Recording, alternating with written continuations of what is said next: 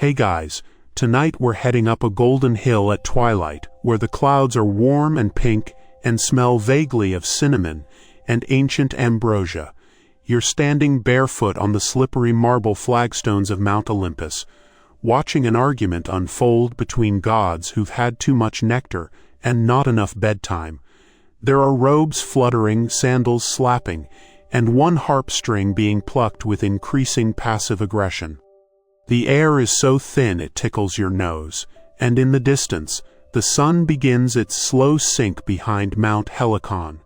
You're here for a story about a very shiny, very dramatic god, Apollo, the one who can't stop showing off even when all the other immortals are clearly trying to wind down.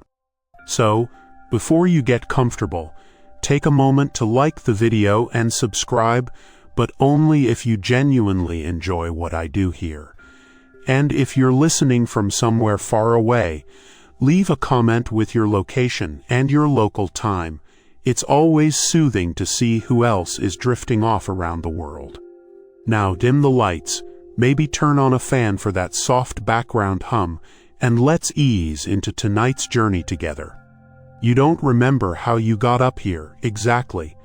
One moment you were lying in bed, wondering why Apollo needed so many titles: god of music, light, prophecy, healing, archery, poetry, plague, and apparently dramatic exits, and the next, you're right in the middle of Olympus's very unsilent sundown.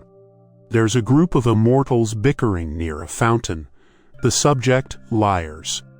It's out of tune, Athena says, her helmet tilted askew, sounding like someone who's had to hear green sleeves one too many times.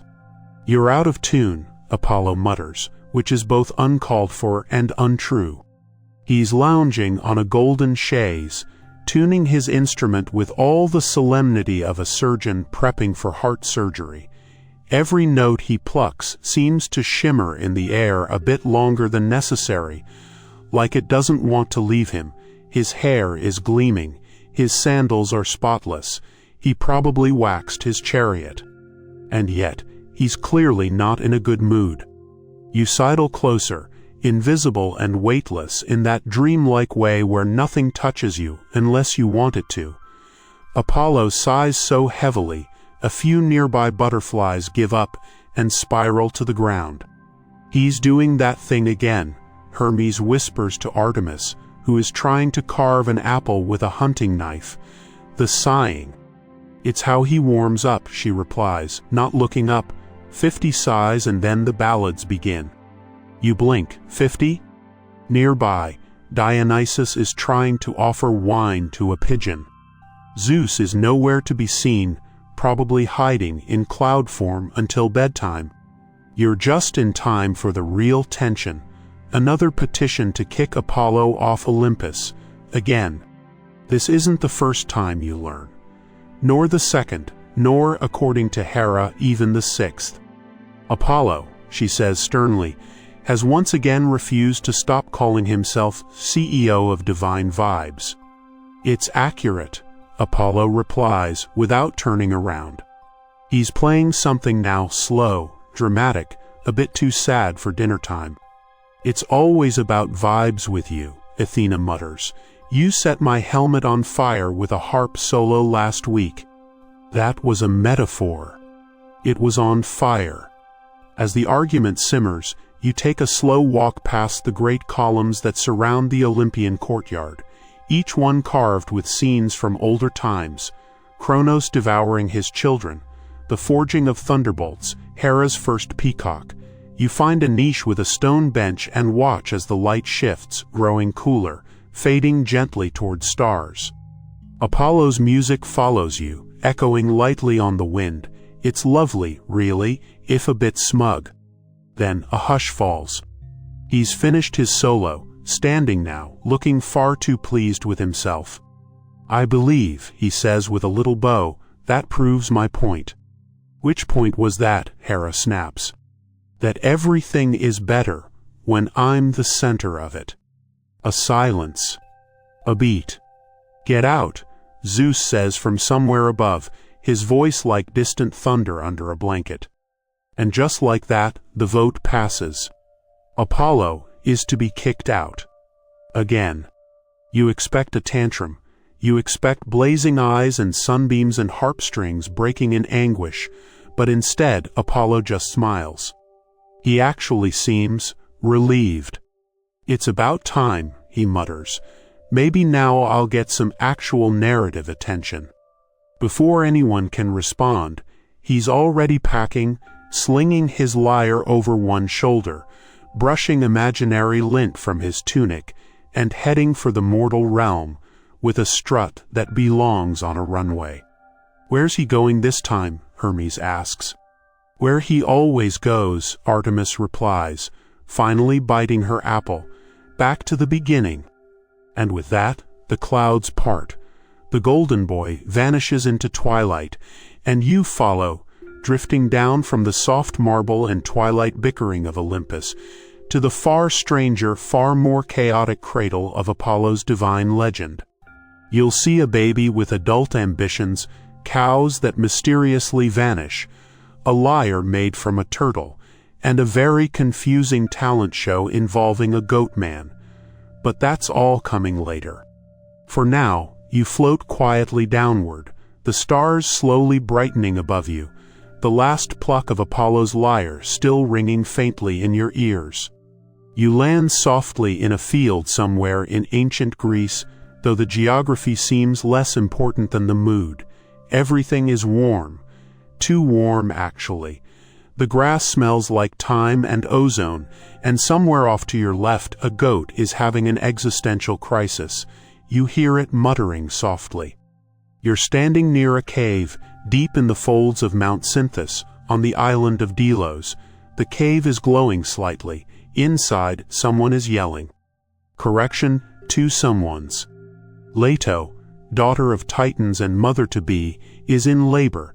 She's been in labor for several days now. She's not thrilled about it. You hear her muttering between contractions, and it's mostly creative insults directed at Hera, who cursed her never to give birth on any land where the sun shines, which is rude but also weirdly specific. Delos, conveniently, is a floating island, technically not land, technically not under the sun in any legal sense, a celestial loophole. Leto's been clinging to that loophole like a lifeline. And now she's about to give birth to twins. The first one's already out. Artemis, goddess of the hunt, has been sitting beside her mother with the maturity of someone much older than Zero. She hasn't cried once. She's already asked if she can have a bow. You suspect this will become a theme. But you're here for the second one, the loud one.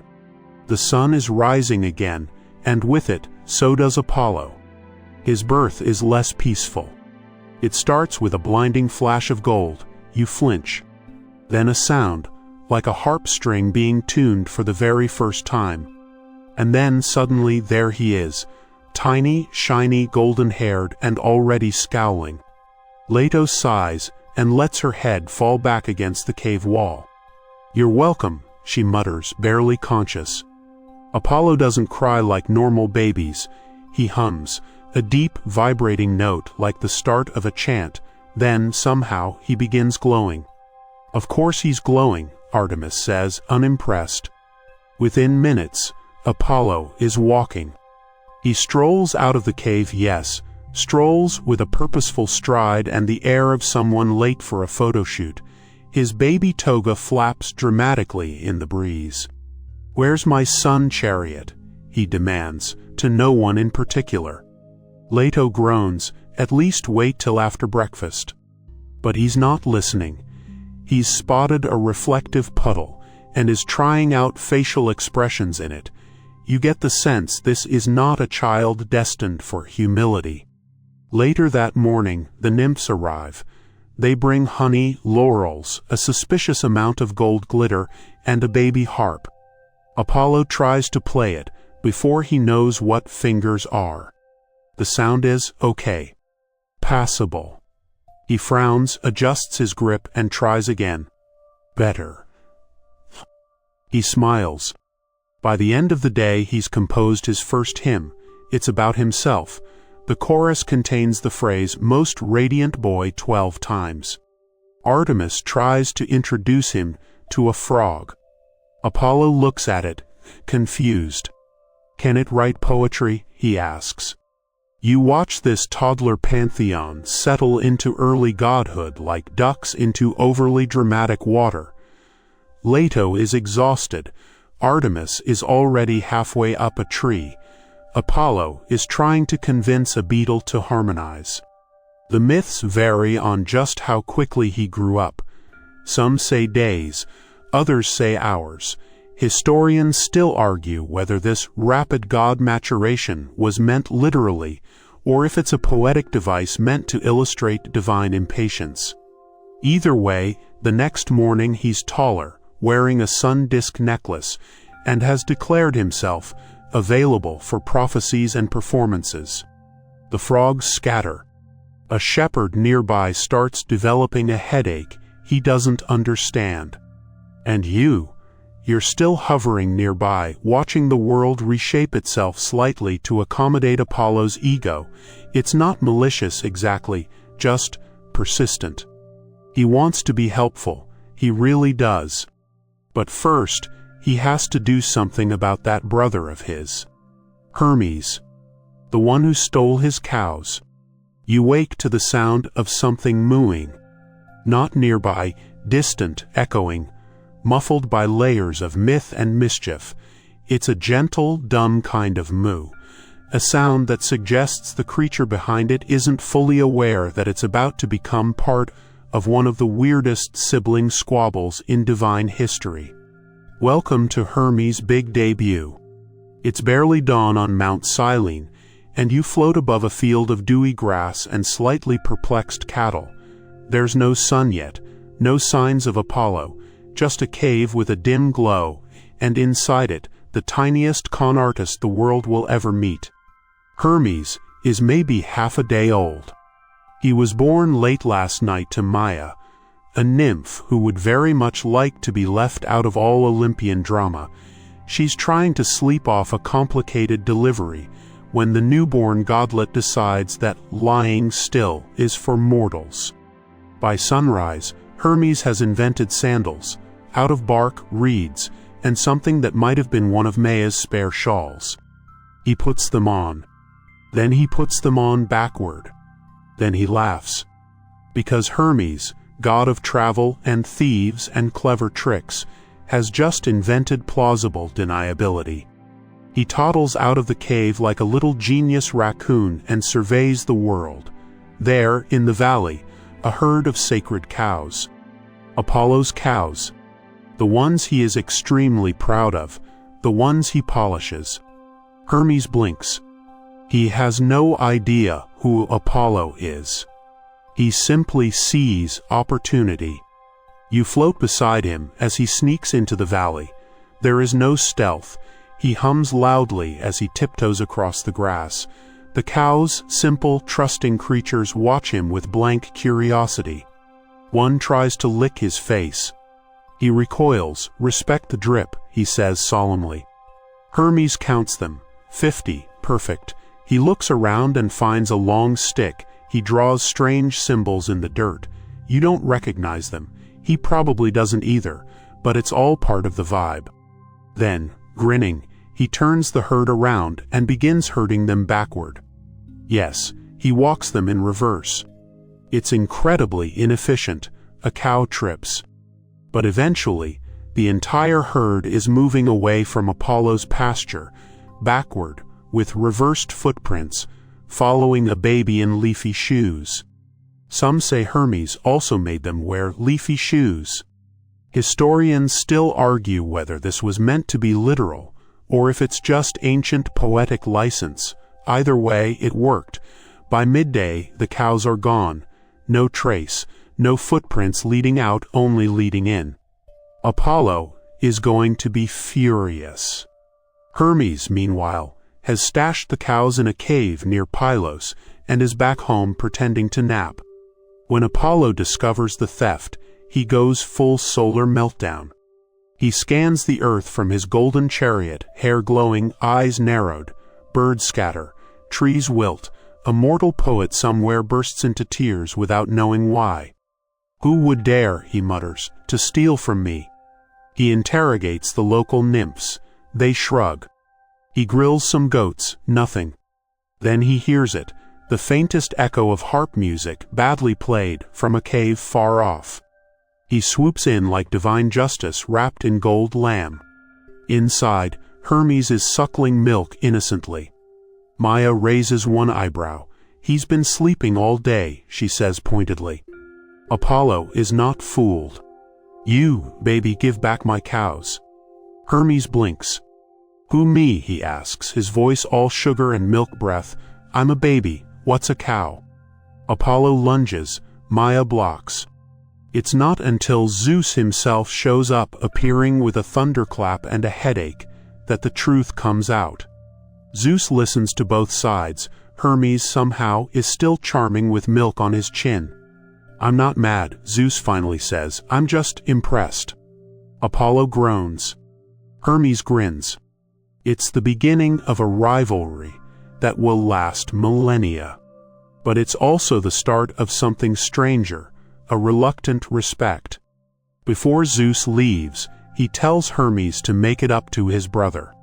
Hermes sighs dramatically, crawls into a corner, and pulls out something he's been working on. A stringed thing. A hollowed turtle shell. Strings made of cowgut. Apollo eyes it warily. What is that?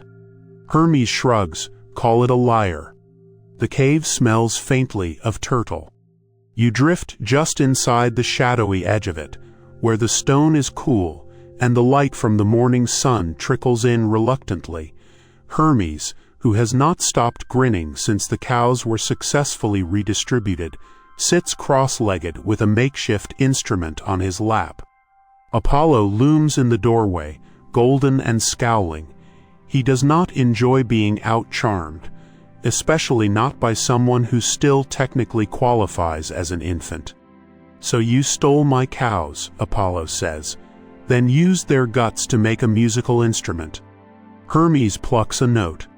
Technically, yes, he replies, as if it were a business merger rather than divine livestock larceny. The lyre hums, the cave hums with it. Even you, floating unseen and weightless in this pocket of myth, feel a low vibration in your ribs. Apollo squints. Do that again. Hermes plucks a few more strings. This time it's music, actual, accidental, whimsical music. The notes shimmer in the air, and you can see Apollo trying not to be impressed. Where's the rest of the herd? Apollo demands. Hermes gestures vaguely, safe, well-fed, mildly enchanted to moo in harmony. You don't know if that last part is true, but Apollo's eyes narrow just enough to suggest that he's imagining it. A long silence follows. Hermes stands.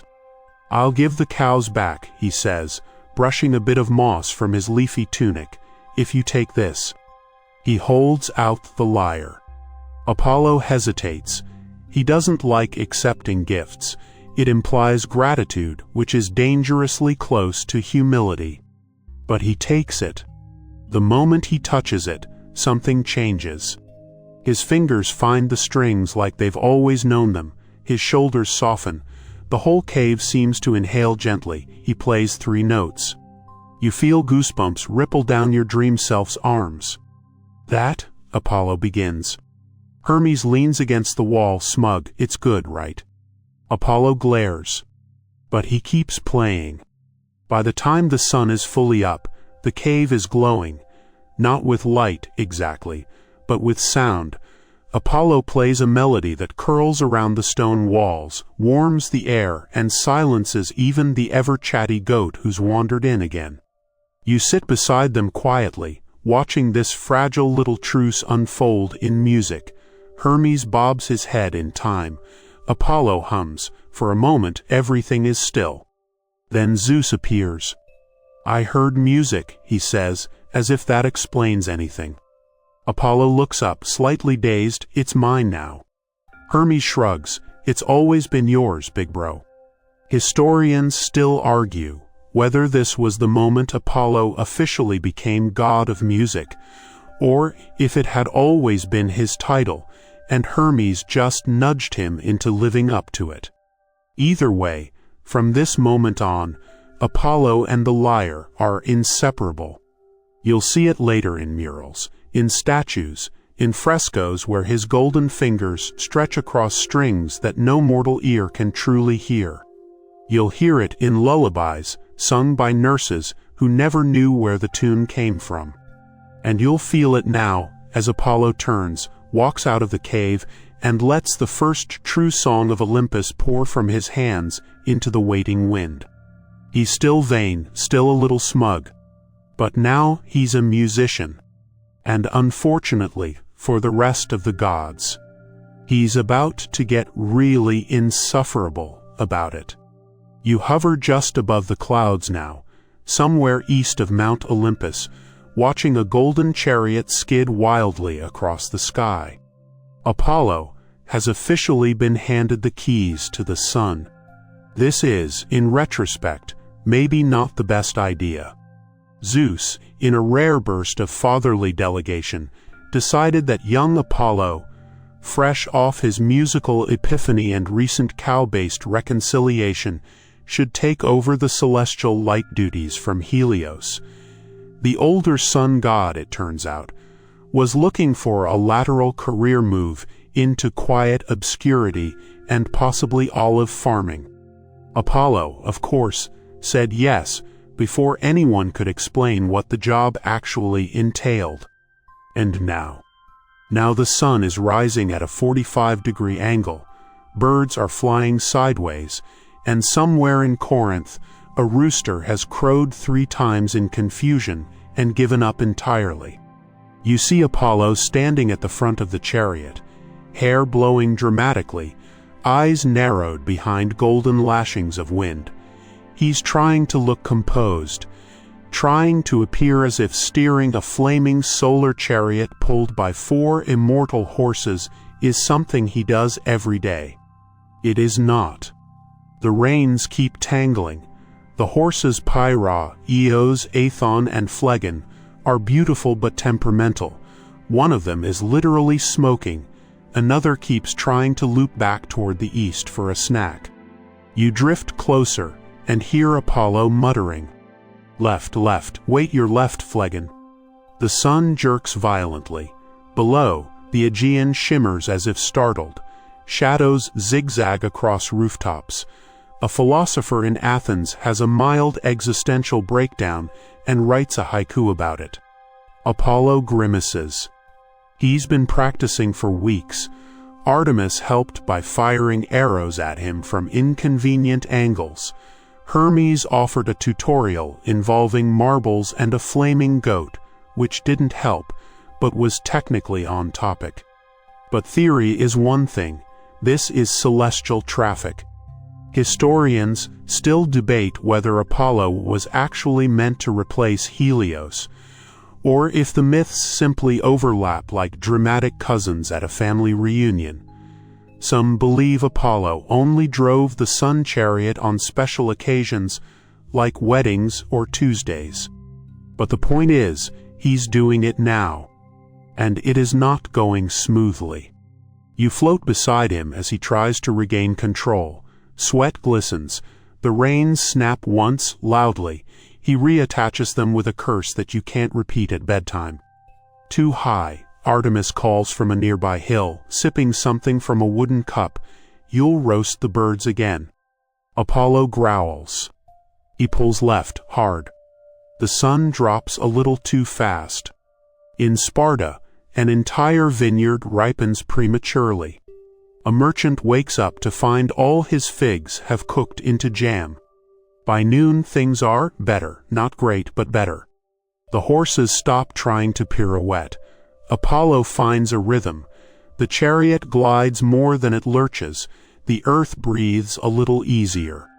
He even starts humming, that same melody from the cave. You listen quietly. It's still beautiful, still proud. Still a bit too fast. You watch as he tips the sun westward, and for the first time since dawn, there's a sense of control, a divine pulse, a pattern. You realize, floating beside him, that this is what makes Apollo dangerous. Not the power, not the light, not even the ego, but the fact that he means well. He wants to illuminate, to inspire. But he also wants everything just a little too perfect. As dusk settles, he eases the chariot into its resting station behind the horizon. The horses snort. Apollo wipes his brow with his sleeve, looks around, and says mostly to himself, "Not bad for day one." Then he slumps onto a cloud and immediately falls asleep. You drift quietly down to earth, the sky glowing with the last tangerine smears of day, and wonder, what happens when a god with a lyre, a chariot, and a perfectionist streak realizes just how many things in this world refuse to stay beautiful? You wake to the smell of scorched thyme and something vaguely like burnt toast. It's morning again, Apollo's second day behind the reins, and the sky looks like someone spilled marmalade across a silk sheet and then set it gently on fire. You drift into view just as Apollo zips by overhead, gripping the reins of the sun chariot with both hands, his hair a wind-tangled halo of frustration. The horses are shrieking, the clouds are steaming. One of the stars seems to have been accidentally dragged along for the ride. Below, the city of Patras is having an unusually early lunch due to the premature arrival of sunlight. Across the Aegean, a startled rooster crows, realizes it's already mid-morning, and begins a minor identity crisis. You catch a glimpse of Apollo's face as he tries to steer. He is not having a good day. Yesterday he thought he'd figured it out, found the groove, discovered the sun path sweet spot between crispy grapes and frozen fig trees. But today, something went wrong with the horses. Phlegon, the feisty one, bolted early and took the rest of the team with him. Now they're veering west before it's even proper morning in Athens. You watch helplessly as Apollo tugs hard on the reins. The sun stutters, then zigzags, then dives slightly south. Somewhere in Crete, a flock of sheep lies down out of pure confusion. From a distance, Artemis watches through a bronze mirror and shakes her head. "You're pulling too hard with your left," she mutters to herself, before turning back to her breakfast of wild berries and judgment. Apollo, for his part, tries everything. He sings to the horses. He threatens them. He composes a short poem about obedience. Nothing works. The sun lurches again, too low this time, and briefly singes the uppermost branches of a pine forest. Apollo yelps. Somewhere on the coast, a fisherman toasts his net unintentionally. You follow the chariot as it bobs and weaves through the sky like a divine kite handled by a toddler in sandals. It's clear now. Apollo isn't just learning to steer the sun, he's wrestling with the truth that not everything can be as harmonious as a well-tuned lyre. He wants control, precision. But the world wiggles. Historians still argue whether this chaotic period in sun chariot mythology reflects seasonal anomalies, oral embellishment, or metaphorical expressions of Apollo's emotional instability, which feels a little rude. What's certain is that Apollo was struggling, and not quietly. That evening, after crash-landing the chariot behind the horizon in a frankly undignified heap, he storms into Olympus trailing smoke and slightly singed eyebrows. "I need better horses," he declares, slapping down the reins like a dramatic stage actor in Act 3 of a tragedy no one else is watching. Zeus glances over a cloud. "Have you tried not shouting at them? I sang to them." Perhaps that was the problem. Hermes, perched nearby on a moonbeam, chuckles. "You want me to drive tomorrow?" Apollo glares. "Touch the reins, and I'll turn you into a constellation." Ooh, threats, someone's cranky. Artemis, ever the peacemaker, intervenes. You need to slow down. The horses respond to calm, not whatever this is. Apollo collapses into a golden poof and sighs. I'm not built for calm, he mutters. I'm built for excellence. You drift gently past him, hearing that old tune he used to hum echo faintly in the halls, only now it's off-key, rushed, like it's trying too hard to be something.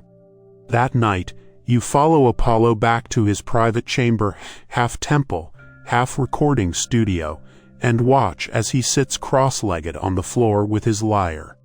He plucks a few notes. Starts again. Plucks slower. You listen as the melody softens, breathes. He plays the same line over and over, until it bends with something new, not just perfection but patience.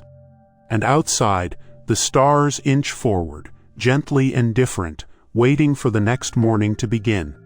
It's twilight again, your favorite time. You drift downward through lavender skies, trailing Apollo's scent, sunlight, laurel leaves, and just a trace of charcoal from yesterday's mild pine forest incident. The god himself is nowhere to be seen for the moment. That's because tonight isn't about steering flaming horses. It's about something quieter, something older, something whispering from deep under the earth. Tonight, you're going to Delphi. The site doesn't look like much at first. Just a rocky outcrop along Mount Parnassus, ringed by pine and olive trees, scattered with dusty stones and forgotten altars. But when you touch down soundlessly, invisibly, at the edge of a crumbling amphitheater, you feel it. A low hum, something ancient and electric and impossible to measure, like a thought forming in stone. This place will one day become the most famous oracle in the world. But right now, it's just a contested patch of rock with one very unhappy snake living in it. And Apollo, he's auditioning. You find him standing near a crack in the earth, barefoot, shirt half-buttoned, mumbling to himself. He's practicing lines. Speak, mortal, no too intense, hear me, seeker of nope, too formal. Okay, ahem, yo, what's your vibe? You float closer. Turns out, becoming a god of prophecy isn't just about looking radiant and holding a golden staff. It's about performance, mood, stage presence. He's workshopping an identity. And nearby, the snake watches. The python. It's large. Very large. Wrapped around a rock in lazy coils, steaming slightly at the nose, the python is the current and rather possessive guardian of the cave and its vapors. Historians still debate what exactly the vapors were. Sulfur, ethylene, some combination of mystical mushrooms, and low-level divine radiation. But whatever it is, it's definitely leaking from the crack in the floor and causing Apollo to periodically blink like he's not quite sure what dimension he's in. I just think, he mutters to no one, that if I'm going to be the face of divine wisdom, I should sound wise. He strikes a pose, then trips slightly on a pebble. The python doesn't react, just snorts. Apollo frowns. Why is this place always guarded by something with scales? I could ask you the same thing, hisses the python. Apollo freezes.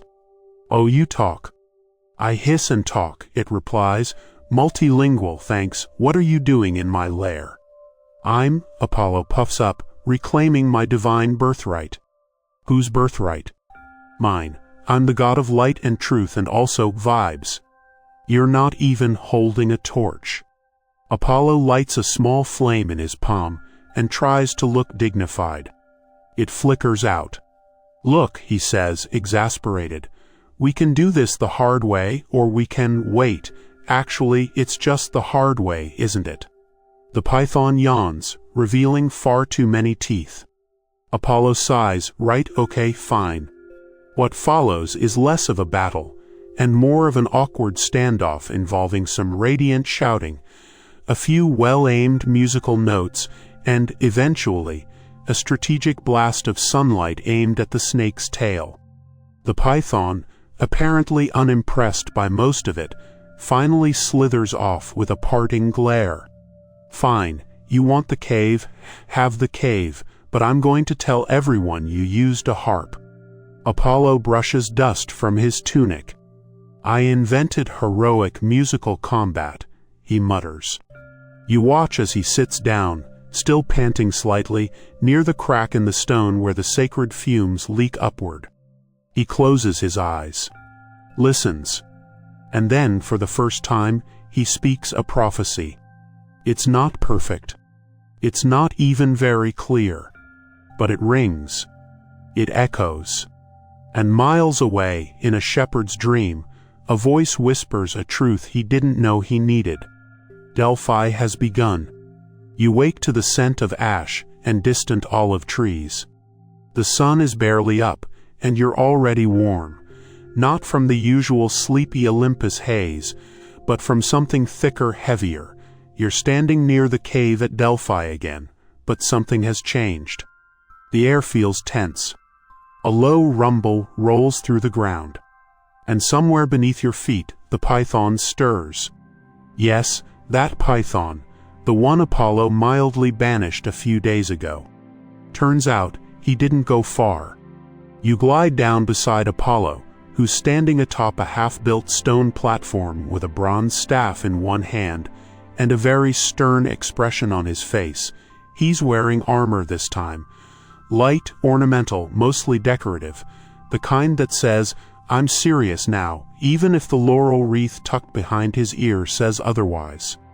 "I asked nicely," he mutters, more to himself than anyone else. "I tried musical diplomacy." Below, the earth splits with a crack. The python reemerges, steaming and coiled with sleep-deprived malice. "You blinded me," the snake hisses. "I dimmed you," Apollo corrects, wincing as he sidesteps a tail swipe. You follow the scene like a slow-motion dream. Apollo circling the oracle cave, the python striking in tight arcs, bits of stone shattering around them as sunrise finally hits the mountainside. It isn't an epic battle in the usual sense. There's no triumphant music or dramatic close-ups, just dust, effort, and an increasing amount of panting from both parties. "You don't even live here," Apollo gasps between dodges. "I was assigned," the python snaps, coiling tight. "I was destined." The argument escalates. Sparks fly, some literal, as Apollo launches a flare from his palm that briefly sets a pine tree smoldering. The tree, predictably, is not pleased. Historians still debate whether this confrontation was ever meant to be taken literally. Some versions insist the python was a metaphor for darkness and ignorance. Others think he was a leftover Titan-era security guard who just wouldn't quit. Either way, the moment finally comes. Apollo pauses. Then, with a sudden quiet, he sings. Yes, sings. Just one note, long, clear. The kind of sound that doesn't come from a throat, but from somewhere deeper. It rings through the stones, slips into the cracks of Delphi, and reverberates in the bones of the mountain. The python freezes. For a moment, everything stills. And then, slowly, reluctantly, the great serpent uncoils, lets out a final hiss like a deflating kettle, and slides down into the depths. Apollo stands there, chest heaving, as the earth closes over the creature like a closing eye. You drift closer, watching as he kneels and presses a hand to the ground. "Sorry," he says quietly, "but it's my turn now." And with that, he plants the staff into the soil. A small plume of sweet-smelling vapor seeps upward. The first priestess of Delphi will come soon, a mortal woman who will breathe the fumes and speak Apollo's truth in riddles. But for now, it's just him. Him, the mountain, and the soft ringing echo of something sacred. You wake in the middle of a construction site. Well, not exactly a construction site, more like a temple in progress, with sun-bleached scaffolding, confused donkeys, and a god with a clipboard. Apollo, freshly lauded as the oracle's official sponsor, has decided that the cave at Delphi is simply not enough. Prophecies, he insists, need acoustics, shrines require proper marble, and most importantly, visitors need somewhere to buy laurel crowns and honey cakes. So, here you are, watching Apollo try to direct a dozen mortal architects and one deeply unimpressed Cyclops. No curved arch, Apollo says, waving his arms like a song in stone. The architect squints. A song? Think of it like a hymn with columns. The Cyclops grunts. He's here on a union contract, only lifting things marked with divine ink. He moves slowly, but every time he shifts a beam, the whole mountain seems to nod in approval. You drift among the chaos. Stone blocks carved with warnings in Old Aeolian, a makeshift altar made from driftwood, 3 mortals arguing about what kind of incense encourages better riddles. Apollo flits between teams, alternately charming and correcting. You see him pause once near the sacred fissure, watching the vapors rise. It's different now. The cave hums faintly, not a noise exactly, more like an intention, a resonance, something waiting for questions. A girl stands nearby, young, nervous. She's the first priestess, or will be if she agrees. Her hands are stained with herb dye. She looks at Apollo with the same expression mortals always give gods, half awe, half suspicion. He smiles gently, not the usual too bright grin. This one is quieter. You don't have to speak for me, he tells her, but if you want to, I'll listen first. She doesn't respond, just steps closer to the crack in the earth. The fumes rise, her eyes widen, and for the first time, she whispers something. Apollo listens, then nods. She'll do, he says to no one in particular. Historians still argue whether the Delphic oracle's trance was caused by natural gases, divine inspiration, or a combination of deep breathing and social pressure. What's agreed upon is that, from this moment, Delphi becomes something more than sacred, becomes central. As the temple slowly takes shape around them, you float past half-finished columns, carved with prophecies, laurels, and Apollo's increasingly flattering self-portraits. He's not being subtle. At one point, he unveils a prototype for a fountain that plays lyre music when you touch the water. The Cyclops stares. So, no drinking. Not the point, Apollo sighs. By sunset, the scaffolding creaks gently in the breeze, casting long shadows over fresh-cut stone. The smell of pine smoke and roasted fig wafts up from the workers' camp. Apollo sits on a rock with his lyre, tuning it softly, watching the girl, now robed, now poised, stand above the cave, eyes closed, mouth half open. He doesn't speak. He just plays. One note. Then another. And Delphi listens. You drift into a meadow. It's early spring. The grass is tender, the breeze smells like new olives and warmed stone, and Apollo is about to embarrass himself. You find him standing at the edge of a grove, crown of laurel slightly askew, watching a young woman walk briskly in the opposite direction. She doesn't look back. Her name is Daphne. She is not interested. Apollo is convinced that she is his soulmate. He has, in the last 2 hours, composed 6 poems about her ankles, commissioned a fresco of her eyebrows, and sworn eternal devotion from behind a particularly thorny bush. You float silently, watching.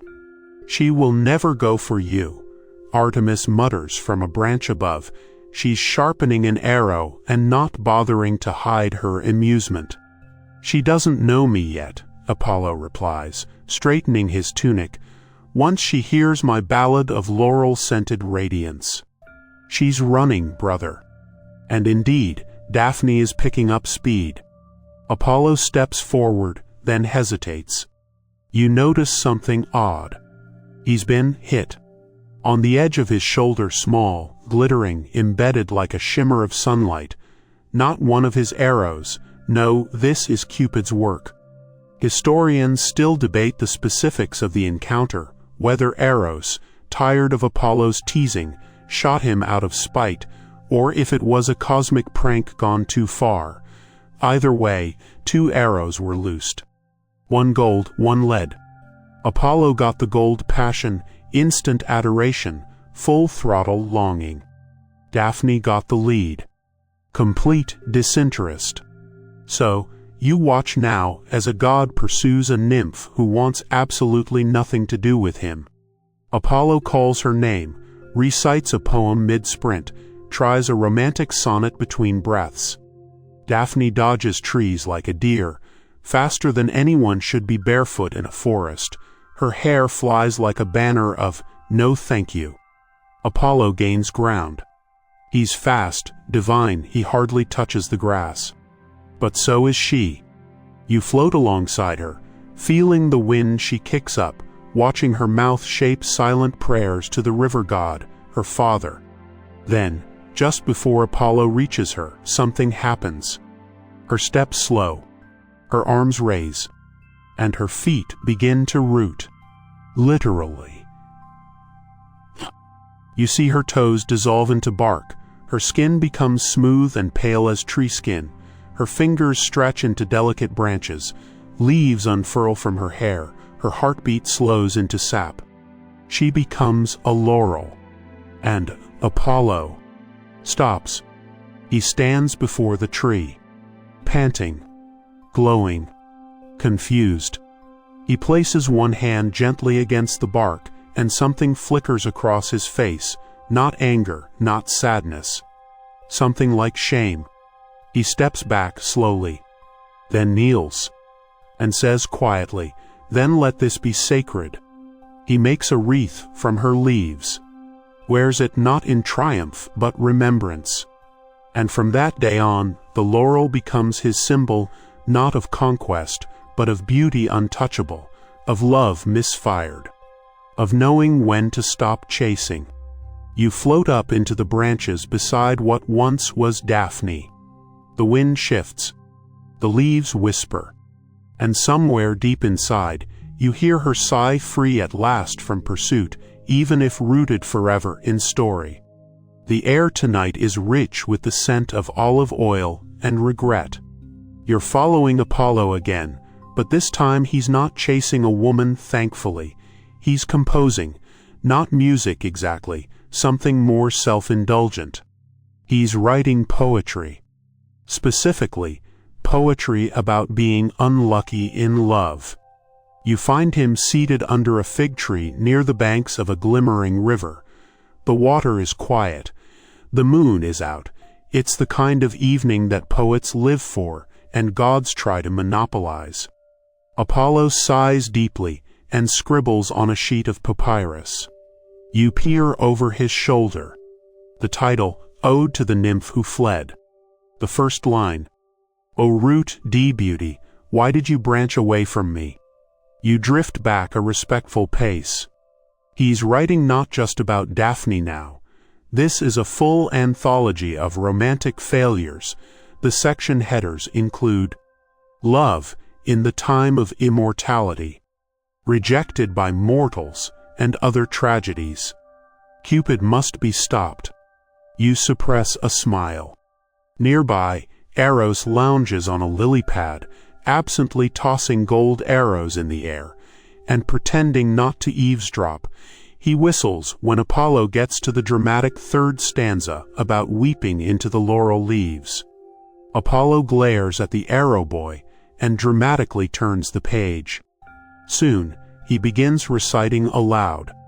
It's not bad, a little heavy-handed, very rhyme-dependent, but there's something sincere under the divine drama, something that aches the way only gods and teenagers can. Historians still argue whether Apollo's more melodramatic poems were ever performed publicly, or just used to intimidate rival bards at festivals. Some sources claim that his early love lyrics inspired a generation of mortal poets. Others suggest they caused at least 2 duels and a minor wheat shortage. But right now, it's just him. And the river.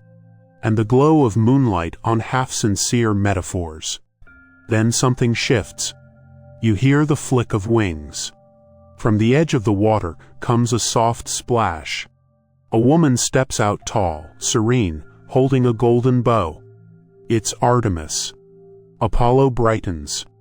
Do you want to hear stanza 5? No. She sits beside him anyway. You're not the only one who's been dodged, she says quietly, removing a thorn from her foot, but you are the only one writing haikus about it. It's a sestina. Of course it is. They sit in silence a while, watching frogs blink at the moon. Then Apollo asks, why do mortals always run? Artemis thinks, then shrugs. Because you chase. You drift upward, letting the river noise blur into background hum, watching 2 gods sit quietly with their flaws for once. It's oddly tender.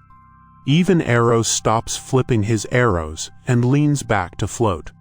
And you listen as Apollo recites one last line softer than before. And still I glow, unloved but undimmed. The frogs applaud politely. Tonight, the wind carries the scent of goat. You're in Phrygia, rugged, stony hills where the air is dry and sharp, and the sound of panpipes drifts lazily through olive groves. Somewhere up the slope, someone is tuning a reed instrument with all the subtlety of a cartwheel. You follow the music and find Apollo leaning against a cypress, looking extremely unamused. Across from him stands Marsyas, a satyr. Furry legs, wine-stained grin, panpipes in hand, and ego the size of Mount Olympus. The forest around them is crowded. Dryads perched in trees, river nymphs dangling their feet in cool water, a handful of confused mortals who think they're here for a picnic. It's a contest. Music versus music. Apollo's lyre versus Marsyas's panpipes. The vibe tense. Marsyas puffs his chest. I play with passion, he says, tapping his hoof. You play with technique. Apollo's eyebrow twitches. I am technique. They take turns. First Marsyas, wild and raw. His pipes shriek and dance and stomp through the air. You can almost hear the wine on his breath in the notes. The nymphs cheer. A goat bleats approvingly. Then Apollo. He strums. Slowly. Softly. And the world hushes. Birds go quiet. The breeze holds still. A stream pauses mid-babble just to listen better. His song flows like honey over marble, controlled, shimmering, perfect. It is, undeniably, better. Marsyas knows it. You can see it in the way his fingers twitch, but he won't back down. I challenge you, he declares, to play your instrument upside down. You freeze. So does the audience. Historians still argue whether this part is allegorical or literal. Some say it symbolizes hubris. Others claim it's a real musical technique only gods can manage. Apollo, without flinching, flips his lyre. Plays backward. Perfectly. It's dazzling. And Marsyas, he can't do it. He tries. His pipes slip, his fingers fumble, the notes come out wrong, wheezy, anxious. The silence that follows is thick. Apollo lowers his lyre and approaches. You have spirit, he says quietly, but spirit alone is not harmony. The crowd disperses awkwardly. The nymphs avoid eye contact. Even the goat wanders off. Later versions of this myth take a darker turn, but in this version, the sleepy one, you simply watch as Marsyas drops his pipes and walks into the woods, not punished, just humbled. Apollo sits alone by the tree and retunes a single string. He doesn't look triumphant, just tired. You don't win, he mutters, by being right. He plucks one last note. It lingers. long, and then fades like a breath into the wind. You arrive just in time for a fashion disaster.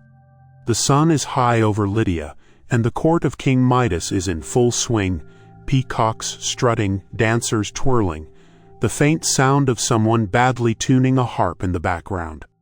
And sitting on a grand chair trimmed with unnecessary gold sits Midas himself, eyes half closed, sipping something suspiciously glittery from a chalice shaped like a lion. You drift in quietly. Today is Judgment Day, not for crimes, for music. And as usual, Apollo is involved. He sits on one side of the royal platform, glowing slightly, looking as bored as only a god forced to compete in mortal contests can look. Opposite him, Pan, god of the wild, god of goats and forests and sudden musical outbursts. The competition, a rematch of sorts. Pan has challenged Apollo to a public music duel, declaring that the rustic chaos of panpipes is clearly superior to lyre-based vanity jingles. Apollo, sighing dramatically, agreed. The audience gathers, dryads lean from tree branches, shepherds lounge on cloaks, Midas swirls his glitter wine. Pan plays first. It's lively, messy, earthy, his hooves stomp in rhythm, nymphs clap, a pine cone explodes from sheer enthusiasm. Then, Apollo. He doesn't stand, just raises his lyre, and plays. One note, then another, and then a melody so calm, and so perfectly symmetrical, that even the birds stop to listen. The crowd is stunned, even Pan blinks. But then Midas stands. He clears his throat. Well, he says, it was a close call. Apollo raises an eyebrow. But I think Pan's music speaks more to the common man, Midas beams, proud of himself. A silence. You feel it. That shift in the atmosphere. That divine stillness when a god is trying very hard not to set something on fire. Apollo smiles. That's always a bad sign. Oh, he says calmly, so you prefer the sound of goat breath to harmony. It's rustic, Midas says brightly. Then, so gently, it happens. Apollo raises one hand. Midas freezes, touches his head, pauses, and you watch as, slowly, from the sides of his scalp, ears begin to grow. Long, soft, fuzzy donkey ears. The crowd gasps. Pan stifles a laugh and pretends to cough. Midas turns to his advisor. Are they? Yes, the man whispers, very large. Apollo stands, brushes imaginary dust from his tunic. No one insults the lyre, he says, and walks off toward the horizon. Midas, for his part, panics. He tries headscarves. He tries big hats. Eventually, he hires a barber and swears him to secrecy. The barber, of course, cracks. He whispers the secret into a hole in the ground which sprouts reeds, which whistle the truth to the wind. Soon, all of Lydia knows. Historians still argue whether this myth was meant to explain strange wind sounds in marshes or simply warn against criticizing musical deities. Either way, Midas learns a valuable lesson. Sometimes the price of bad taste is very large ears. You drift upward, past a nervous shepherd whistling badly and a flock of sparrows who can't stop giggling. The wind whistles again. Midas has donkey ears. The sky is quiet this evening, clouds soft as ash, moonlight pooling like milk across the mountaintops. You're in Pieria now, land of song and springs and echoing caves. Nestled on the slopes of Mount Helicon, there's a grove where inspiration collects like dew on the grass. Tonight it's unusually crowded. You glide closer and see them. 9 women, each radiant in their own way, arguing politely over a scroll. The Muses, daughters of Mnemosyne and Zeus, patronesses of art, history, geometry, and generally being very good at everything. Apollo has, of course, appointed himself their manager. He stands nearby, arms folded, frowning deeply at a fragment of verse. "I just think," he says, tapping a stylus against his teeth, "the scansion would be stronger if you moved the caesura." Calliope, muse of epic poetry, glares at him over her lyre. "We don't need stronger scansion," she replies through gritted teeth. "The poem is about a potato." Clio, muse of history, snorts, "A symbolic potato." Apollo sighs, "But the rhythm is fine." Terpsichore snaps, tapping her foot, "You're not our editor. You asked for notes. We asked for light notes." You drift closer as the scene unravels. Apollo means well, he always does, but helpful quickly becomes hovering, guidance becomes micromanagement. He suggests alternate rhymes, recommends rearranging the choruses. At one point, he tries to invent a new poetic meter and names it after himself. The Muses, to their credit, tried diplomacy for a while. But by the time he commissions matching robes for their performances, gold-threaded, with his face embroidered on the sleeves, they've had enough. They hold a meeting. No gods allowed. Melpomene locks the doors. Orato brings snacks. Urania brings star charts, which are tangentially relevant but mostly decorative. The decision is unanimous. Apollo is very talented, very shiny, but also very much not in charge. The next morning, he finds a note pinned to a pine tree. "We love you. Kindly stop directing us. Sincerely, everyone." Apollo is stunned. You watch him wander the grove in silence. He plays a mournful tune on his lyre that somehow sounds like artistic rejection. Even the bees buzzing nearby seem sympathetic. Historians still debate whether this tension ever broke into full divine squabbling or remained a gentle feud preserved in awkward festival performances. But the important part is this: he learns to back off. Mostly. At the next recital, he simply nods supportively from the back, hands clasped behind him, resisting the urge to suggest a new bridge. And you find a shady spot near the stream and listen to the Muses recite a poem about rivers, memory, and a very determined turnip. It's beautiful. Even Apollo admits it. Quietly. To himself. Tonight, you float high above a small temple nestled in the folds of Thessaly. The air is sweet with lavender. Bees hum in lazy spirals, and a single olive lamp flickers on the altar below. Inside, someone is whispering prayers. Not to Apollo, well, not exactly. They're praying to Asclepius, Apollo's son. You drift downward and pass through the temple walls like mist, finding yourself beside a marble statue, a young man with gentle eyes and a staff wrapped in a coiled serpent. The room smells of herbs and ointment. Everything is soft, the light, the stone, even the footsteps of the priest who tends the altar. This is where it all began. Long before Asclepius became legend, he was just a bright-eyed mortal with a divine dad, a mortal mother, and an unsettling knack for healing things that really ought to stay broken. Apollo, predictably, was thrilled. He gave the boy all his best gifts: knowledge, music, prophecy, and then a little extra, blood from Medusa's veins, filtered and safe, they thought. Historians still argue whether this was an act of generosity or hubris. Apollo just called it early access. You float beside Asclepius now, watching as he practices surgery on a goat with a sprained ankle. He works slowly, gently, singing to it under his breath. When he finishes, the goat hops up and headbutts him affectionately. He smiles. And somewhere above, Apollo glows with fatherly pride. But it doesn't last. Word spreads. The boy can heal anything. He brings a sick child back from death. Then another. Then a shepherd, then a queen. Soon whispers become prayers. Temples rise. Offerings flood in.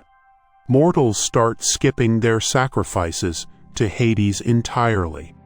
That's when the trouble begins. You see, underworld gods are not fond of bankruptcy. Zeus, ever the bureaucratic middle manager, receives a formal complaint from Hades titled, "Diminishing Soul Returns." He calls a meeting. Apollo argues passionately. He's saving lives. Zeus nods, but death is also kind of important. Then he hurls a thunderbolt. Just one. Right at Asclepius. The boy dies instantly. You feel Apollo's grief before you see it. A shockwave of radiant sorrow ripples across the heavens. His temples dim. His music goes silent. And then he snaps. He kills the Cyclops who forged the bolt. Even gods, it turns out, have breaking points. Zeus is furious. Apollo is banished for a while. But not before making a single request. Let my son rise, not to Olympus but to the stars. And so Asclepius is placed among the constellations, winding his way across the sky forever, staff and serpent in hand. You drift beside him now, high above the sleeping world. His stars are soft tonight. His legacy eternal. Every hospital, every healer, every whispered prayer for health, it echoes with his name. And Apollo.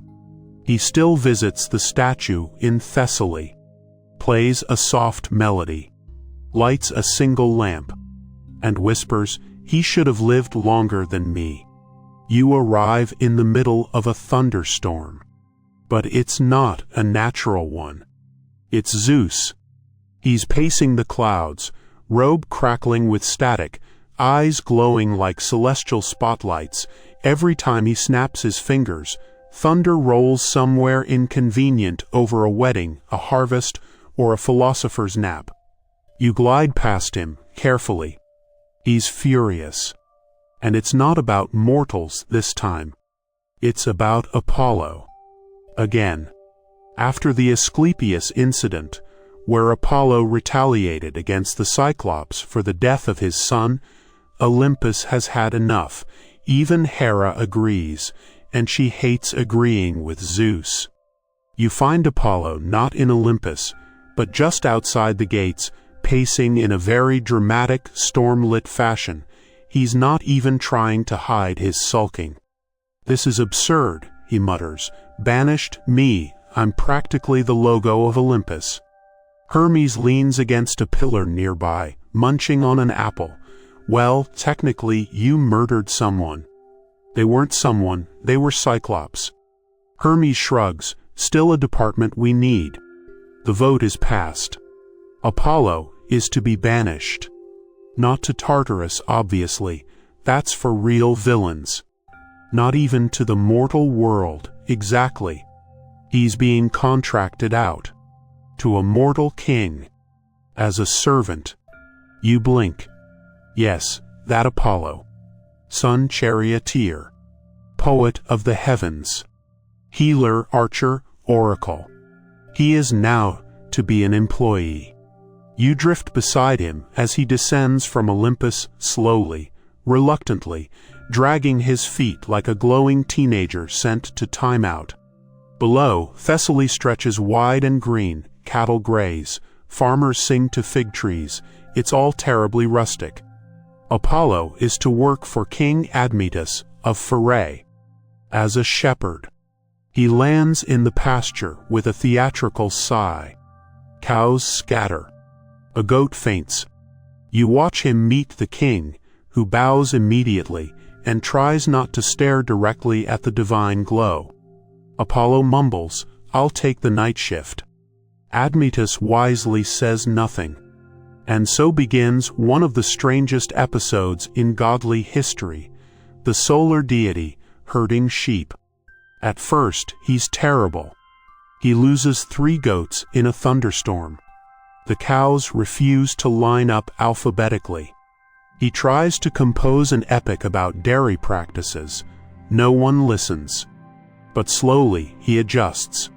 He starts to like the stillness, the rhythm. He sings to the herd, plays his lyre as they graze, teaches them to respond to different scales. Mortals begin to whisper that Admetus has enchanted livestock, that his cattle move like dancers, that his fields are always sunlit. He says nothing, because Apollo, weirdly enough, is happy. There's no pressure here, no divine politics, no family squabbles.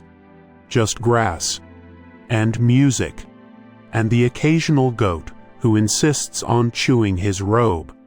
You follow him one night as he plays under the stars, simple songs now, not masterpieces, melodies made for sheep and silence and soft summer wind. Even the moon seems to pause to listen. Historians often gloss over this part of Apollo's story. But you can see it clearly. This was the first time he understood that light doesn't always have to dazzle. Sometimes it just glows. The sun is high over Thessaly, and the sheep are misbehaving. Again, you drift gently down into a pasture where the grass sways in lazy waves and bees hum like tiny lyres. Apollo is standing ankle-deep in a stream, sleeves rolled, sandals discarded, trying, very unsuccessfully, to retrieve a lamb that's wandered off into the water. "You're not drowning," he mutters. "You're just being dramatic." The lamb sneezes and floats deeper. Apollo sighs, plays a low chord on his lyre, and waits. The lamb blinks. Then, as if entranced, it paddles back to shore and curls up beside him with a soggy bleat of satisfaction. Apollo smirks. That's more like it. You watch him for a while. He's improved at this strange mortal job. His robe is now patched at the knees, his hair tied back with simple string. There's dirt on his cheeks and music in his step. He's still radiant, but less polished. And it suits him. King Admetus, meanwhile, has grown fond of his divine guest. He sends Apollo wine, poetry scrolls, and occasional updates on royal drama. Apollo pretends to be uninterested, then reads every scroll twice. At night, he plays for the court. Not to impress, just to soothe. One evening, Admetus confesses, "I prayed for strong cattle. I never thought I'd get you." Apollo raises an eyebrow. "Careful, I might start charging by the verse." But there's a softness between them now, a quiet respect, mortal and god sharing a field and a few too many goats. You float above the pasture as Apollo marks the boundary stones with symbols, not grand glyphs, just small protective runes, like signatures in the dirt. He hums as he works. But not all is calm, because this is still Greece. And fate, like the gods, loves drama. You notice shadows at the edge of the field, messengers whispering of death, a prophecy, a bargain yet to be struck.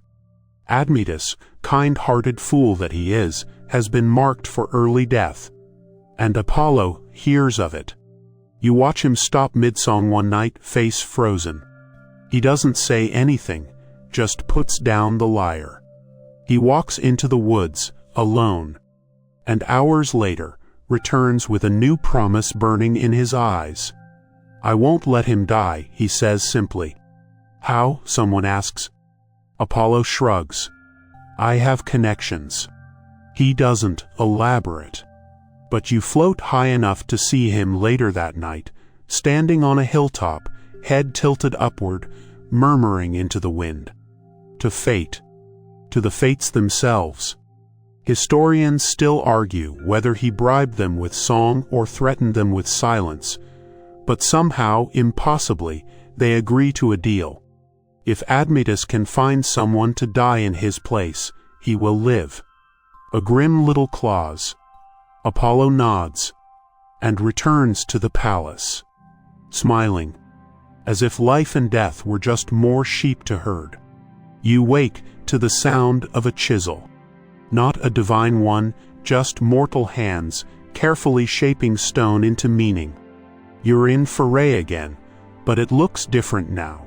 There are new walls going up, new roads, and at the heart of it all, Apollo, sun god, shepherd, recent negotiator with the forces of mortality, is helping build a city. Yes, really. He's carrying stones, sweating, not glowing, not levitating materials, with a flick of the wrist, carrying them like everyone else. You float beside him, watching as he sets a cornerstone into place, checks the angle, and calls for mortar. The other workers barely flinch. They're used to him now, this golden being with sore arms and opinions on drainage systems. Too steep, he mutters, pointing at a trench. You said that yesterday, grumbles a mason. I'm still right. A goat wanders by.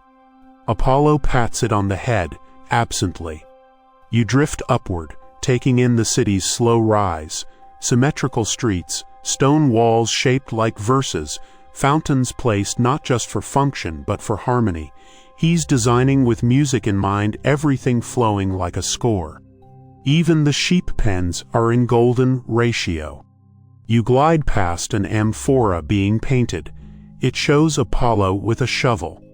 The artist looks sheepish. It's more symbolic, she says. But the truth is, he is doing the work. This isn't punishment anymore. It's creation. He builds alongside Admetus. They argue about theater seating and market noise. They sketch temples in the dirt and laugh when goats trample the plans. You even catch Apollo humming while laying bricks. But the prophecy still hangs over everything. Admetus has not found anyone willing to die in his place. Not yet. You see it in his eyes, sometimes, especially at night, when Apollo plays soft songs by the hearth, and the king stares into the fire too long. Time is running out. And Apollo knows it. One morning, you watch him walk to the edge of the city walls and stare out across the hills. He doesn't speak, just hums a single note. Low, clear, resigned. Then returns to work, stacking stones as if he can outrun the clock. Historians rarely mention this part. It's not glamorous. No monsters, no prophecies shouted from caves, just a god building walls around something he's not sure he can save. But you see the truth. This is his most human act yet. And possibly his most divine. The sun is too bright today. You drift over the city of Foray, now fully formed, walls set, markets humming, sheep marginally better behaved. Apollo sits on a low stone bench, staring out across the hills, tuning his lyre in half-hearted plucks. Something's wrong. Admetus is dying. The deal, the one Apollo brokered with the fates, is expiring. The king has found no one to die in his place. Friends turned away, courtiers wept but declined, even strangers, when approached, quietly stepped back. And now, the hour approaches. Apollo hasn't touched his sun chariot in days. Instead, he paces. He plays minor chords. And finally, as the sun tilts toward dusk, he makes a decision. He climbs the hill outside town, tall and lonely, and raises his hands to the sky. And from that sky descends a whisper, a rustle of feathers, and then a god, Thanatos, Death himself. He steps from the shadow of a cypress, robes darker than night, scythe absent but not unnecessary. He is quiet, courteous, and unamused. Apollo narrows his eyes. You don't have to take him, he says. He's a good king. Thanatos raises one brow. That is not relevant. He's kind, generous, he feeds poets. All mortals die, eventually. Apollo clenches his fists. But not today. Thanatos sighs. We've been through this, boy. You hover just above them, the grass between their feet unmoving in the windless air. This isn't a battle, there's no shouting, no thunder, just two immortal forces standing over a fragile truth. Apollo steps forward. Then take me. Thanatos blinks. You're not mortal. I'll make myself, just for a day, an hour. You feel the world hesitate. Then, from behind them, footsteps. Soft, steady. Alcestis, Admetus's wife. She's wrapped in a simple robe, eyes clear. She walks between the gods like she's immune to them, and maybe she is. I'll go, she says. Apollo turns. No, that wasn't the... She raises a hand. It was, he asked, I answered. Thanatos nods. Finally. The deal is fulfilled. You watch as Apollo steps back, fury turning to helplessness. He can't stop her, not without breaking the laws he begged to bend, and Alcestis walks into the long dusk with death beside her, not trembling, not afraid. Admetus survives. But joy doesn't return. He weeps. The city darkens. And Apollo, he disappears. Historians say he left Pharrae in silence, vanishing like the last note of a song no one wants to end. They say he never forgave the fates, or himself. But you see the truth. He follows death, farther than a god should go, into caves, shadows, doorways made of memory, until, one day, he returns, alone, and behind him walks Alcestis, alive. How? That part remains unclear. Some say Heracles intervened. Others whisper Apollo sang a lullaby so haunting even death let go. But this much is certain. She lived. And Apollo, he never wrote about it, never sang it. Some songs are too sacred to share.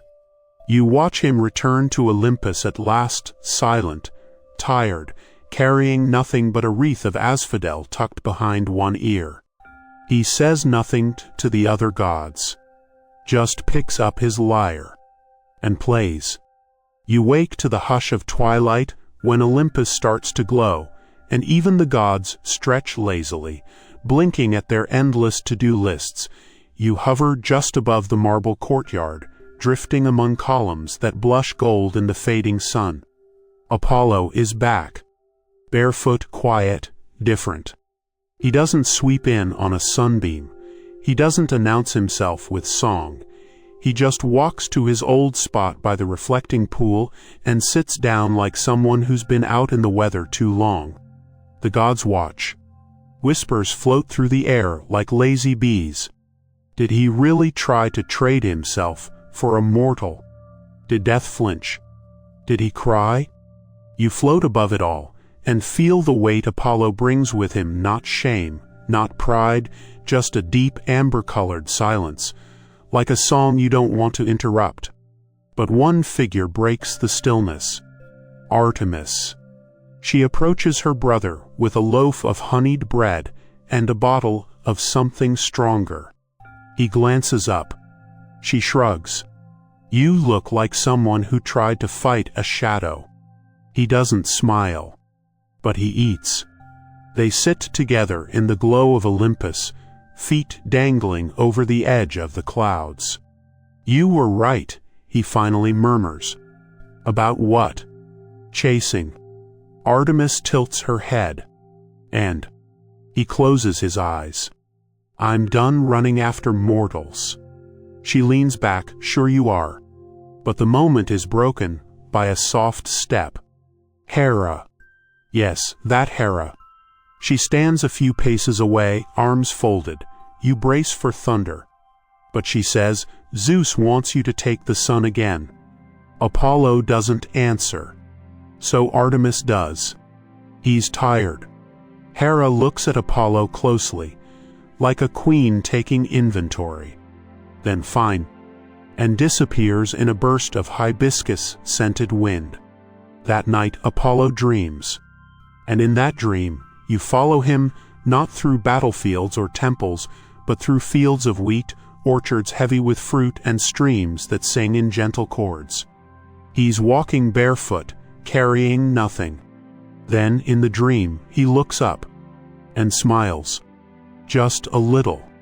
You awaken beside his sleeping form glowing faintly, curled beneath a cypress on the edge of Olympus. The lyre rests nearby untouched. And in the shadows, you catch a flash of silver. Artemis, standing guard. Just watching. Just in case. Because even gods, especially gods, need protection when they're fragile. The sky is soft and blue as linen today, and you find yourself hovering just beyond the edge of Olympus, where the clouds thin and a staircase of light stretches into the mortal world. Apollo stands at the top of it. He's holding his lyre again, freshly strung. His tunic is pressed, his hair is braided, not for vanity, but for order, precision, focus. He's going back. Not to foray. To everywhere. Zeus has reinstated him, with a pat on the back and a prophecy to deliver. You follow Apollo as he descends the staircase, each step lighting up briefly beneath his feet. There's a weight to his movement, like someone reciting a speech in their head before speaking aloud. He's rehearsing. And the moment he touches mortal soil again, the world seems to exhale. In Thebes, a poet sits up in bed and starts scribbling, unsure why. In Corinth, a painter changes their entire palette. In Athens, a donkey stops mid-bray and looks pensive. You follow Apollo to a hillside temple just outside Delphi. He stands there quietly, as priests and pilgrims whisper around him, unsure if he's a dream or something more permanent. He says nothing. Not yet. Then he lifts the lyre. One note. Two. A song begins low, steady, measured. And slowly, mortals gather. Even a few gods, cloaked in mortal guise, linger at the edges of the crowd. And finally, when the music stills, Apollo speaks. The sun returns, the words return, I return. It's not boastful. Just true. The priests cheer, the crowd bows, a small child offers him a pomegranate, he accepts it with a half-smile. But later, after the applause fades and the torches are lit, Apollo sits alone on the temple steps, staring into the stars. You float beside him, listening to the silence. Then he murmurs, "What if I've changed too much to belong here?" And from behind, Artemis speaks. "You always belonged, you just wandered." He chuckles, "That's rich coming from you." She sits beside him, offering half a fig. "I always knew where I was going." Apollo nods, even when it was away. Especially then. They sit in silence. And above them, the stars begin to shift ever so slightly, as if making room for a god returning to his post. Apollo picks up the lyre again. No song this time. Just the quiet feel of wood beneath fingers. And the certainty that yes, he can still play. Still light the way. And if he ever forgets, why? There's always someone watching. Waiting. Ready to remind him with a quiet voice and half a fig. The sun rises with unnecessary flare this morning. Long ribbons of light cascade across the Ionian Sea. Dolphins leap in what is either joy or choreographed sun worship, and every cloud seems lit from within. You drift into the scene, watching Apollo drive the sun chariot with a confidence that borders on smug. He's back in the saddle, literally. The horses move in perfect formation, manes blazing, hooves skating across sunlight. Apollo hums a tune as he steers, one that sounds suspiciously like the theme from an epic adventure that only he remembers starring in. You float beside him. He looks sideways, gives you a wink. "Missed this," he says, casually adjusting a ray of light like someone rearranging throw pillows. But Olympus is wary. The gods aren't quite sure what version of Apollo has returned. He seems calmer, softer, but also more focused, like someone who's read the entire script of life and now insists on adjusting everyone's dialogue. At lunch, Dionysus offers him wine. Apollo declines. Dionysus nearly faints. Hermes tries to rope him into a game of who said it, oracle or drunk uncle. Apollo declines again. He doesn't say why, just smiles and returns to adjusting the solar tilt to better highlight Crete's north shore. And then it happens. 3 hours into his shift, while adjusting cloud symmetry over Arcadia, Apollo hears something. A mortal bard, singing his song, badly.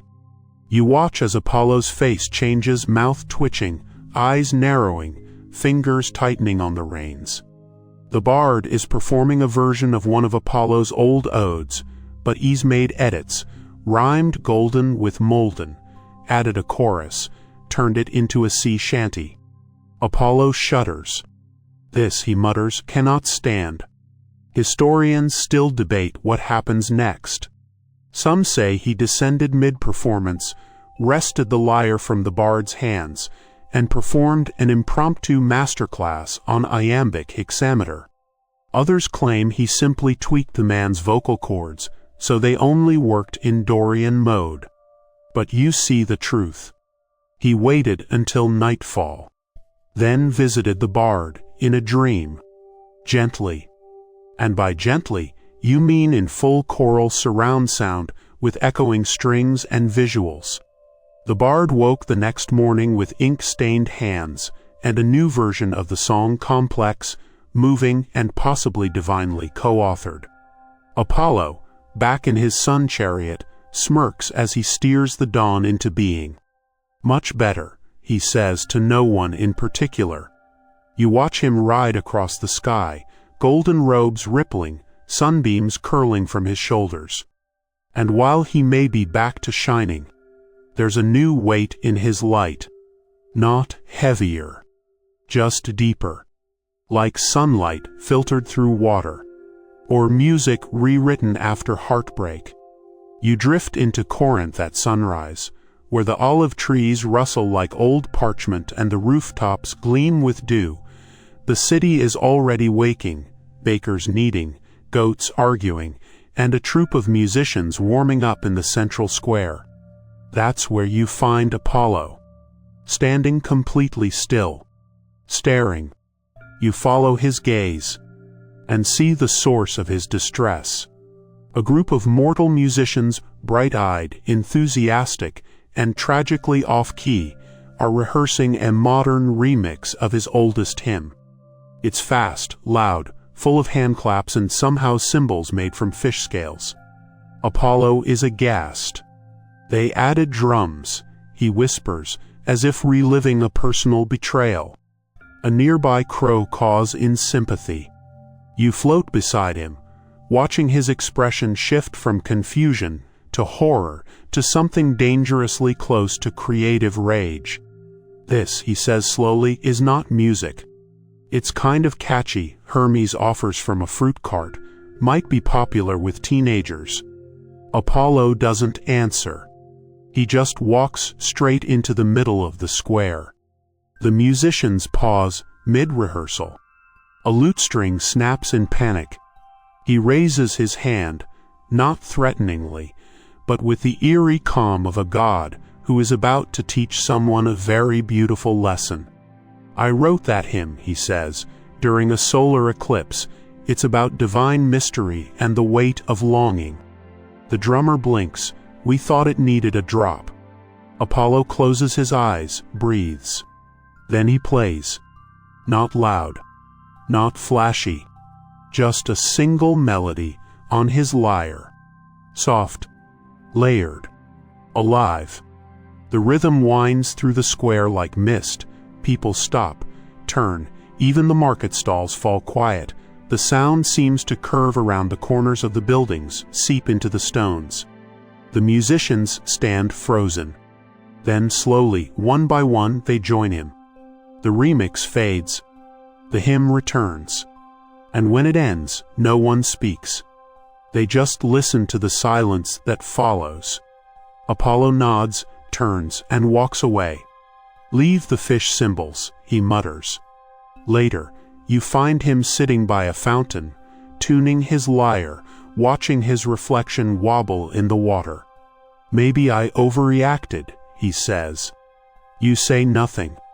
He plucks another note. Still better without drums. Historians remember the Corinthian rescoring as a turning point in mortal music, a mysterious shift toward harmony, phrasing, and actual melody. They never knew why. But you do. Because you were there when the god of music decided that even his oldest song deserved to be heard the right way. The air tonight feels padded, like the world wrapped itself in a wool blanket and exhaled. You're floating just above Olympus, where something rare is about to begin, a divine group therapy session. Yes, you heard that correctly. Hestia, goddess of the hearth and unofficial emotional support deity, has organized it. The invitation read. Mandatory attendance, snacks provided, judgments left at the door. You drift down into a pillared chamber, softly lit by oil lamps, and echoing with the gentle clink of amphory and the awkward silence of immortals, pretending they aren't nervous. Apollo arrives last. He's holding a plate of olives and an expression that says, "This is beneath me," which in therapy terms means, "Please, someone ask me how I'm doing." The gods gather in a circle, Artemis cross-legged and focused, Hermes sprawled dramatically, Dionysus sipping something from a goblet labeled emotional courage, and Athena already taking notes. Hestia begins with a smile.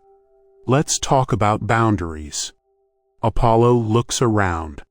Is this because of the dream concert thing? No, Hestia says gently, this is about all of it. You hover nearby as each god shares something. Athena, I feel like no one respects my downtime. Hermes, I feel like everyone expects me to steal things, so I just do. Dionysus, sometimes I throw parties because I'm lonely, not because I'm wild. Artemis, I don't dislike people, I just recharge alone. And then, finally, Apollo. He sits forward, fidgets, then says, I feel like I can only be loved when I'm impressive. Silence. Even Hermes doesn't joke. Apollo clears his throat. If I stop shining, who am I? Hestia smiles. You're the hearth, too. You blink. Apollo blinks. I'm not, he says. You can be, she replies. You can warm without burning. You float quietly as the room shifts, not dramatically, just enough to feel a breath of safety move through it, a space where gods, for once, can be small. They eat olives, share poems. Dionysus teaches Artemis how to play a tiny reed flute. Hermes braids someone's hair. Apollo doesn't play music, he just listens. And when it's over, he walks out under the stars, softer than when he arrived. You follow. He sits near the edge of the clouds and watches the mortal world sleep. He doesn't glow. He doesn't hum. He just is. And maybe, for a moment, that's enough. You arrive at the edge of dawn. The stars are still visible, faint freckles against the soft wash of coming light. The world below sleeps, breath steady, dreams curling like mist across rooftops and fields. Olympus is quiet for once, no bickering gods, no echoing harp solos, no thunder rehearsal. And Apollo, he's already awake. You find him alone on the marble steps of his temple, staring at the eastern horizon, lyre beside him, untouched. He looks content, not euphoric, not glorious, just still. You sit beside him, unseen, and he speaks without looking at you. She called me radiant once. You know who he means. Not Daphne, not the Muses, not even Artemis. Just someone who saw him, not as the sun or the god of music or the bringer of plagues and prophecies, but simply as light. And for a while, he says, I thought that meant I always had to shine. He looks down at his hands. I didn't know I could just be warm. You glance past him to the horizon. The sun begins to lift. Slowly, softly. No chariot today, no flames, just a gentle emergence of light, like someone drawing back the curtain a little at a time. You float with him as he stands, stretches, picks up the lyre. But he doesn't play. Not yet. He listens. To the wind. To the breathing world. To the heartbeat of all things, not demanding to be noticed. Then one chord. Low. Gentle. As if he's not waking the world, just reminding it he's here. Birds stir. Flowers stretch. A child somewhere rolls over in bed and smiles in her sleep. You drift higher as Apollo plays, not for an audience, not for glory, just because it feels good to. And then, just as the final note hangs like dew in the air, he stops, tucks the lyre under his arm, and walks inside, not radiant, not dazzling, just warm, present, home. And now, as the story settles, let the light fade behind your eyelids. You've wandered through centuries of song and sunlight, through temples and valleys, from prophecy to poetry. You've watched a god grow not upward, but inward, not brighter, but softer, and somehow that was the real transformation all along. Let your thoughts quiet now, like footsteps on moss. Let the images dissolve, marble columns melting into moonlight, laurel leaves drifting down through dream sky, the faint hum of a lyre growing slower, slower, until it vanishes into stillness. If you find your mind circling back, if you remember goats or golden chariots or a lyre string breaking mid-rant, just smile. Let them drift past like clouds, nothing to hold, nothing to fix, just passing notes in the background of your breath. In this moment, there is nothing left to chase. No one left to impress. Only softness. Only rest. Only you, floating weightless, safe and wrapped in myth. Take a breath. Another. Longer now. The story has ended. The song has faded. And somewhere out there, Apollo plays another melody for himself this time. For no one at all. Just because. Sleep well.